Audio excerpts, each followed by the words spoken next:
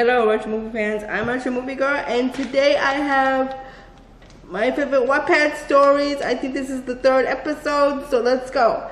The first story I'd like to tell you about is One Night Only. It's the story of Rosa and Philip. Rosa has recently lost her husband to brain cancer. Philip was her husband's best friend, and she has kind of, all through her marriage, she's had kind of lingering feelings, but they haven't really talked since his death because Philip is trying to give Rosa a chance to mourn and raise her son Brennan properly and have time to mourn. But when Philip comes back to town, she has to resist the urge to be with him. She's still mourning her husband, and she doesn't consider it right or proper for her to do this, so she struggles with the right and wrong of it. But in the end, they have one night together, and it kind of leads to more. But in order for you to understand the story fully, you're gonna have to read it. All the stories I mentioned in this video will be linked in the description down below, along with my own. So let's get into the next story. I'll see you for the next clip.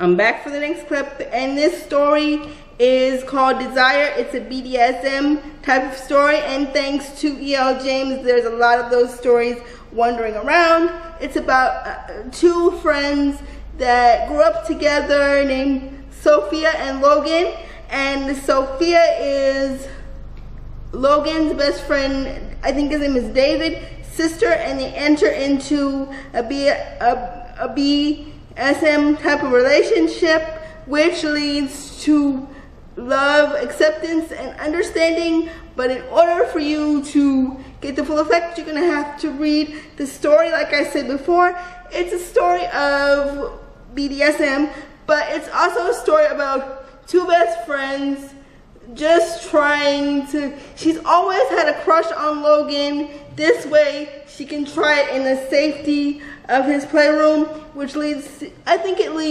it's more about love than the BDSM aspect.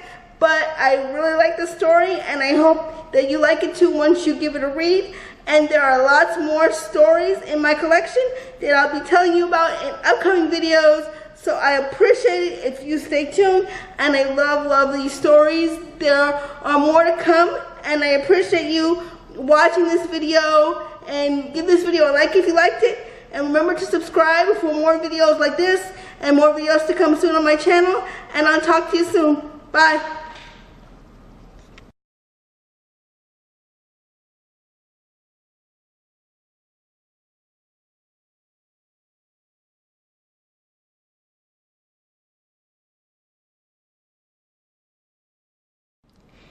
There's a letter in the story One Night Only that just broke my heart. Jake writes Rosa a letter telling her that it's okay to be with Philip because, you know, his time is short. He's dying of brain cancer, and he says it's okay. Don't be sad. And I know, we both know that I'm gonna die, so it's okay for you to find someone to, if Philip comes for you, which I know he will, because I know him well, then take him, be with him. And if it's not Philip, be with somebody else. The letter is just so loving, and he's unable to write properly because the brain cancer is taking away his ability to write at this point. At the part of the story where she sees the letter, her mother-in-law actually gives her the letter and says that it's okay, that he wrote it a couple of weeks before he died, and he knew that he was going to die, and he figured that his wife and his child should be happy, and that's why he wrote the letter. But Rosa's initial response to the letter is to pull back. It's like she's almost been threatened with a gun, with a pistol, and she's just taken aback by the fact that her husband, who she loved very much and thought very highly of, would write her this letter about his best friend.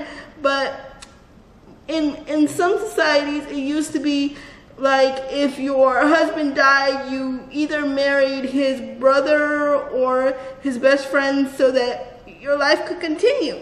And I think what One Night Only shows is the possibility of being in love with somebody and staying in love with them no matter what happens.